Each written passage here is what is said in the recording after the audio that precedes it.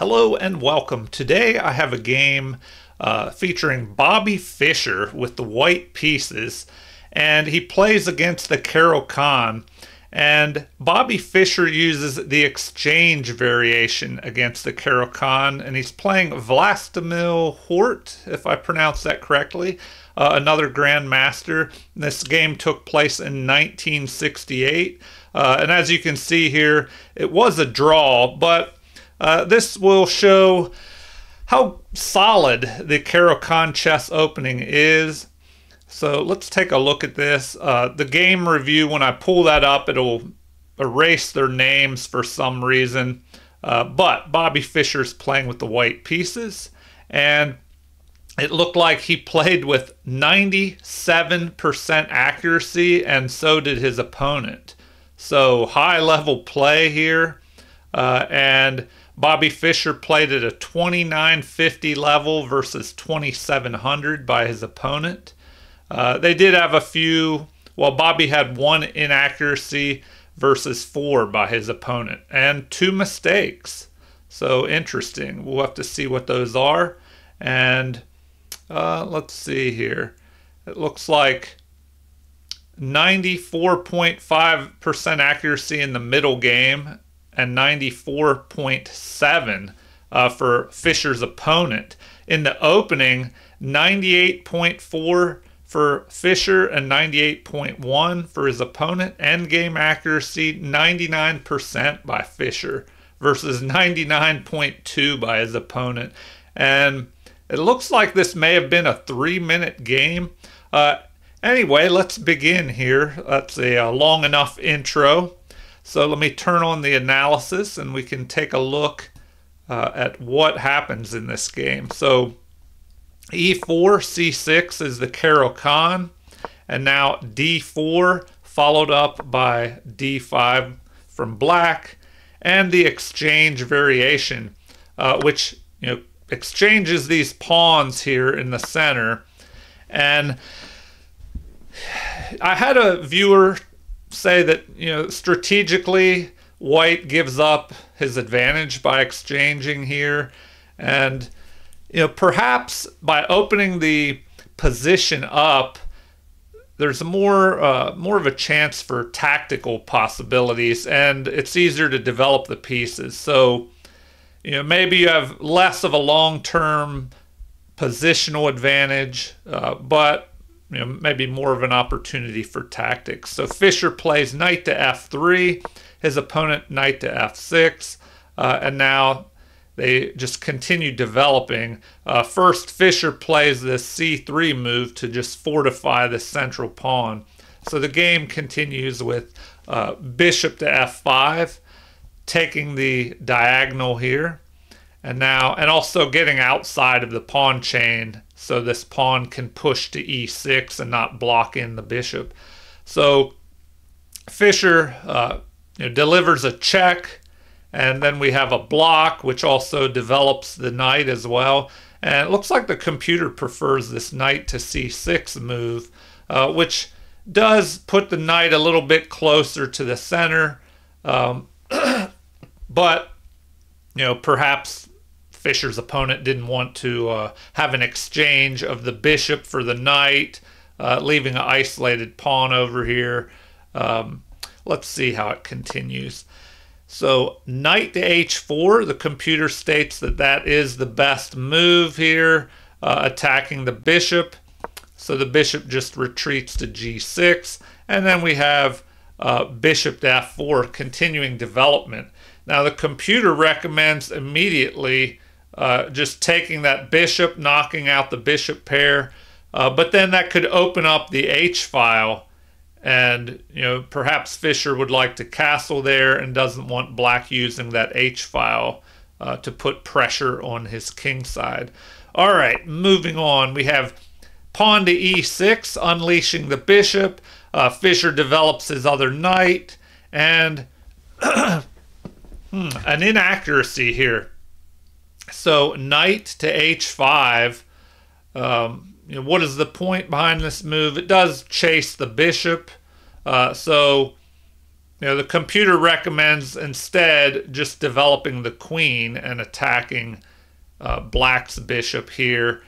But, perhaps Fischer's opponent didn't want to do that because then, well, even if, the knight is captured, the king wouldn't have to capture because this knight would have been here on f6. Anyway, let's continue on, as this game is a little bit of a longer game, so I'll try and keep it moving here.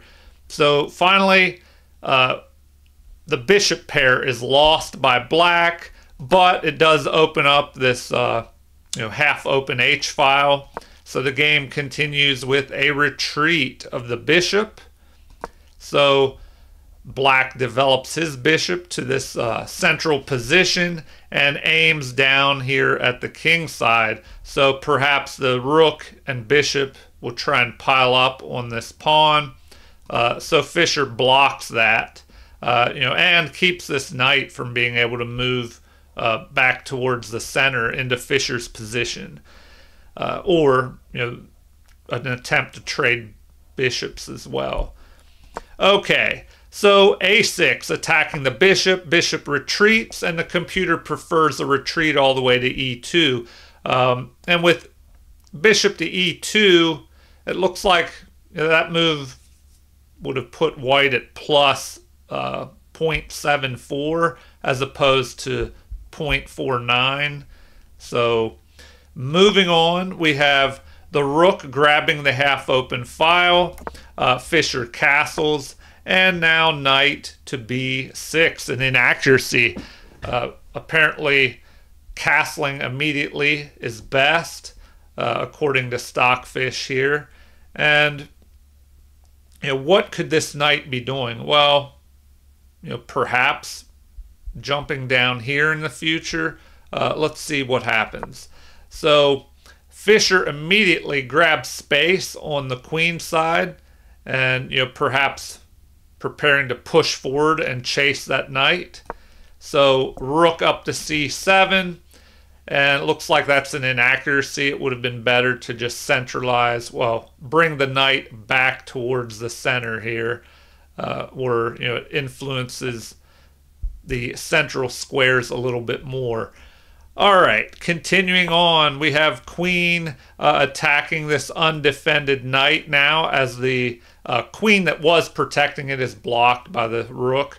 So knight retreat. Apparently it would have been better just to reposition the rook on the d file. So now we have c4, a mistake by Fischer.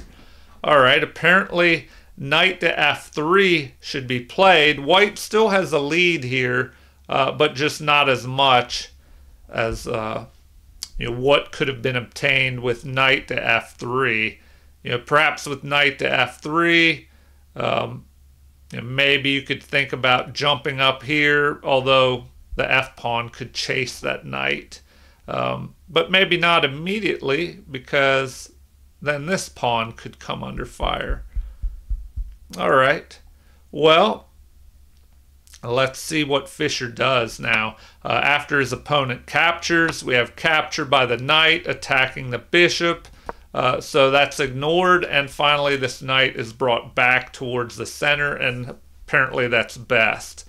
So rook fighting for the open file here. The computer actually likes an immediate knight move to a5. Generally, you don't want to put your knights on the edge of the board, but here that could pile up on this pawn with the queen and knight, and it's only protected by the rook here. So continuing on, we have castling by black. The bishop drops back, maybe to reposition, attack this bishop perhaps, open this half-open e-file maybe for the rook. Let's see what Fischer does next. And the computer prefers this h4 move, just gaining a little bit of space on the queen side. And the game continues with knight to d5. So what does this do? Well, it just blockades this isolated pawn. So when you have an isolated queen pawn, it's usually a good strategy to blockade with a knight to prevent the pawn from moving and then start targeting the pawn. Another option, or an additional strategy that you should try as well, is to start trading off material. So if pieces are traded off, if you are facing your opponent's isolated pawn, you want to trade off white's material here, and the more material that's traded off, the harder it becomes to defend this pawn. Whereas white wants to not trade too many pieces, perhaps avoid trades. So let's see what Fischer does here. Attack, and it looks like that's the best move. 0.66 in white's favor. Attacking the blockader, and then we have a bishop retreat. That way, if the bishop captures, well, perhaps the queen could jump down here and recapture, lining up on white's unprotected queen. So now we have the knight repositioning to the edge, piling up on this pawn, and the game continues with knight at C to B6 here, reinforcing this blockader, blocking the attack here temporarily. So Fischer captures, and it looks like that's best. Then recapture, keeping the blockade, but now this pawn can be attacked, and it looks like that's the best move, and Fischer finds it. So the queen moves over here, pinning the knight to the queen, or does it really pin it? Because the knight could move here and then protect the queen. So it's not really a pin, but there is a threat of the queen and the rook piling up on this knight. So Fischer captures here, which apparently is the best move, it looks like. If we go back, yes. The best move is to go ahead and capture, and then capture. So now the knight is protected, but there will be this threat of the rook coming over, pinning the knight to the queen. So Fischer ignores that and counterattacks black's queen. The queen drops back, and it looks like that is the best move. So Fischer finds the best move here, bringing the rook forward, and let's see how it continues here. So rook to the half open file, perhaps getting ready to add pressure and target this d4 pawn in the future. So the bishop moves forward, reinforcing the pawn, and then we continue with rook to d7, adding pressure to this knight. So Fischer drops the knight back and protects his queen at the same time. So we have a queen exchange, but first a check by Fischer, driving the king, well, giving black the option to either move the king or block. So here we have the king to the edge of the board on h7, and the computer likes that best. So now the queen is recaptured, and knight attacks the rook. So what does Fischer do here? Well, it looks like a little mistake here by Fischer. Interesting. So rook to c6 is played, attacking the knight. If the knight moves, then this pawn could be picked off. So what is, well, let's see what would have been best here. Instead of this move, apparently knight to c5 would have been better. So in that case, the computer recommends capture, rook captures, and then knight takes knight takes a4, but then that allows this fork.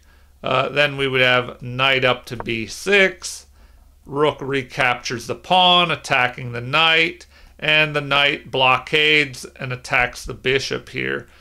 So the game could have progressed in that manner, but instead Fischer makes this mistake. So then things get a little more complicated than probably Fischer should have allowed. So we have capture of the pawn, which is best. Pawn on a6 is captured, keeping material, let's see, at +1 in favor of white. So what does black do here? Captures the bishop. After a recapture, we have rook to c7, aiming to get that pawn back. So now Fischer just ignores that pawn. Apparently it would be a little bit better to push forward here. But knight drops back, and then we have black equalizing material after this capture of the pawn. So we continue with rook on the 7th rank, putting pressure on this bishop. So the bishop is ignored here, and black counterattacks by forking the knight and the pawn here. So knight drops back, bishop, which was under attack, targets the pawn, and Fischer just grabs this pawn, so black takes the pawn in the center. All right, if we reevaluate here, excuse me, we are at equal material, but Fischer has 3 connected pawns, and black has an isolated pawn, 2 doubled pawns here, but black has the bishop for the knight. Now, a bishop can be an advantage in the endgame, but not as much when all the pawns are on one side of the board. If we had pawns on both sides of the board, then that bishop might be a more valuable piece. So the game continues with the king moving forward, something you want to do in the endgame. Try and start activating your kings, bringing them in to assist any other pieces and your pawns. So g5 and then h3. So now Hort, Vlastimil Hort, I hope I pronounced that correctly, he just continues moving his king in towards the center, and he was attacking the rook. So Fischer slides over here. The game continues with black retreating his rook away from any possible attacks by the knight. It's another good idea in the endgame is to put your rooks at a good distance away from the king or pieces that could attack it. So the game continues with this knight move here, and then let's see here. We have a rook attack on the knight. Knight is trying to reposition and get into the action. So Fischer is just jumping this knight all around the board. There was a threat here of a possible fork, perhaps, but the king moves forward to cover this square. And now Fischer jumps his king up here to f3 as well to oppose black's king. All right, so continuing on, we have the knight moving away, or excuse me, the rook moving away here. What does Fischer do? He repositions, a little closer towards the center, but this game is headed to a draw. So a little, if we go a little further. The knight repositions here into the center, attacking the bishop. But if the bishop is captured, that would just correct the pawn weakness here that black has. So, just a little bit more repositioning. So I'll play this out just so you can see how it continued here. We get to this position.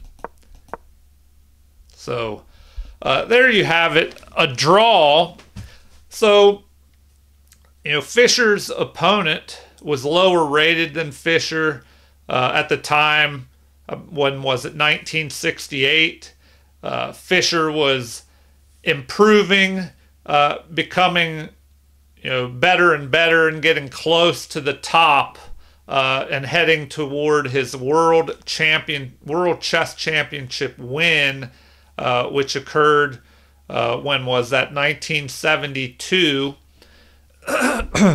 So this just shows how the caro-kann can be a super solid defensive chess opening, and this lower rated grandmaster played it pretty well and held off Fischer, holding him to a draw. All right. Well, I hope you enjoyed this Bobby Fischer caro-kann game. Please feel free to leave comments with anything that you'd like to say. Like and subscribe if you haven't already to support the channel. And thank you for watching. Have a super chess day.